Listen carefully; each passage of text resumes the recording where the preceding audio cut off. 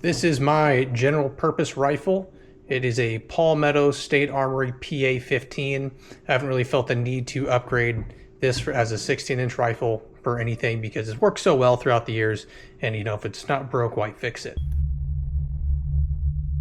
If you enjoyed my video, give me a like, comment, or subscribe at the bottom here. Just kind of tell me what you think. Is there anything on here you would change out, anything you like, or is there anything you're kind of waiting to build out next for your rifle? To get into it, this is chambered in 5.56 or 223. I've changed out a good amount of the actual parts of the gun, upgraded here and there, did a rattle cannon job myself. So we're going to get into this kind of just tip to butt, and then I'll just talk about everything and why I did it.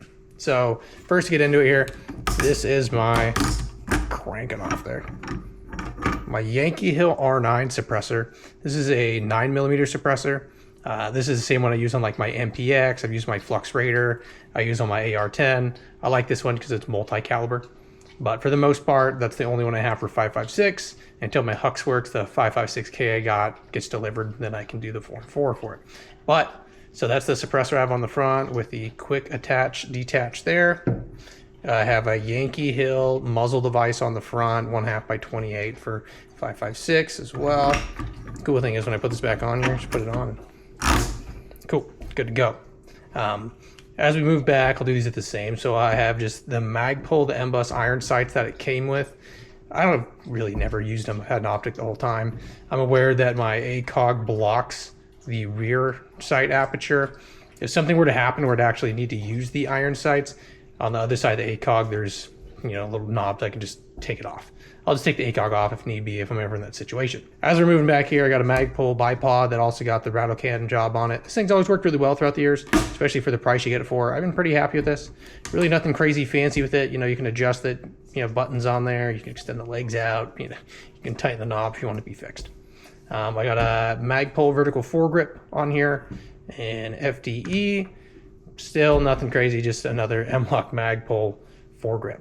This is the OEM handguard it came with. I've actually had a pretty good experience with this. I haven't had any sort of shift or flex or anything crazy. I mean, I'm not throwing this from a truck to torture test it or anything, but for just general purpose of going to the range, running the gun in a little bit, and just putting it in the case, it's worked fine. I haven't had anything shift or loosen. Keep moving my way back. OEM upper here, OEM lower. Those are stayed the same. No need to change it. It is the same ejection port cover that it came with. It's working really well. Same magazine release here. I put ambidextrous though, safety selector on both sides. You can kind of see. This is just like the normal safety selector here. One of the first things I actually changed out was going to be the trigger. I took out that mil-spec trigger because when I was shooting out to a distance, I didn't like the take up and the actual trigger pull to it. So I ended up going with the, I think it's the Rise Armament, the iRave 140. It's a flat face 3.5 pound trigger here. Let me just kind of show you how it is. Really no take up to it, just nice clean break. Got a nice audible reset as well. Let me get a little closer there. So nice clean break yet again. I can show you that reset a little bit better there. A little forward and nice reset. It's got a little bit coming back for that reset, but you know, I got this thing for like $100, so I'm pretty happy with it.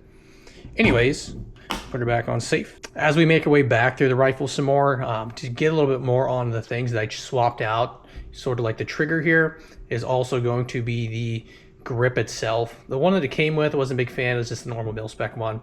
I like a lot of mil-spec stuff, but I really didn't like the grip.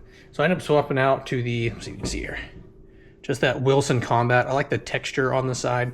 The grip angle works a bit well for me, at least for my wrist. It wasn't that expensive, so I ended up swapping it on there and then rattle canned it with it. Pretty good experience so far. I like it. So the most expensive part actually that I ended up adding on swap out though is going to be the optic. This is my Trijicon ACOG, the TA31. I was looking at a few different options here in that price range. I was looking at some just, you know, fixed red dots, some fixed optics for magnification, as well as the some LPVOs. I wanted something with some magnification though, and I ended up not going with an LPVO because I like fixed magnification a lot more than variable, just so it's always where it's at and I don't have to worry a little bit on the holdover. My like 3x, 4x, 5x. I just wanted something that was nice and easy, so I just kind of stuck with that. Next, something I swapped out, one I swap out with all my ARs. This is the Radian Raptor. Let's see here. the Radian Raptor, the SD charging handle. I got a really good experience with these, with all of them, especially when I'm trying to shoot suppressed. I usually get a Radian charging handle to some degree every time. I have an AR and I'm upgrading them, build them out. Don't like the mil-spec charging handle, even though I like a decent amount of mil-spec stuff, but I really like the Radian. Stock is just a Magpul FDE stock, nothing crazy on it. I didn't want anything too much on there because, you know, ounces equal pounds, as well as I didn't need fancy precision, you know, stocks. You know, this is a 5.56 rifle, I'm not shooting very far. But one thing that I will talk about actually is if you listen, when I rack it, it's not as loud. And that is because instead of a traditional or normal buffer and buffer spring, let me see if I can show it. And here I ended up taking it out, just kind of showed what I'm talking about. This is a JP Enterprise, the silent capture buffer. It's got weights on there so you can adjust it as need be when you're shooting suppressed. I really prefer to have these on all my ARs in comparison to the normal buffer and buffer spring. Nothing really against these work just fine. But these, they're a bit quieter when shooting suppressed. The action sounds a lot better. I also like that I can adjust it if need be.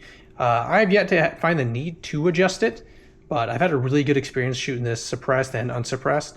So one of these, and actually the Radian Raptor charging handle, are normally one of the first upgrades I do. Because the mil-spec trigger I can deal with just fine. Optic, I don't really see that as an upgrade. It's more of an addition because it didn't have an optic to begin with. So I'm not changing anything out. But yeah, so this and the charging handle are usually the first things to get changed. I wanted to show off my setup here just to show kind of how I have it kind of custom set up to the way that I like it. A lot of the, you know, general purpose recce rifles, whatever you want to call it out there, seem to all fit the same bill. One thing you may have noticed I don't have is a weapon light. I have a Surefire on my MPX and my Mark 18. If there's ever a situation, like let's just say like North Korea's invading or something crazy, get like a Red Dawn scenario, I would rather just take one of the lights off of the other guns that I am not going to use and just put it on here because I'm not going to go up against a conventional army with my MPX. Thing's a 9mm. That's more of a home defense gun, but yeah, so if I needed that, I would just take it off, put it on here. I don't really feel the need to have extra Surefire lights I'm not going to use. Anyways, this is my general purpose rifle setup. I wanted to show it off. One, just to make a video so I can talk about it because it was expensive. And two, because a lot of the general purpose or recce rifles all seem to fit the same bill. They're all just kind of carbon copies of each other, of really just the same stuff.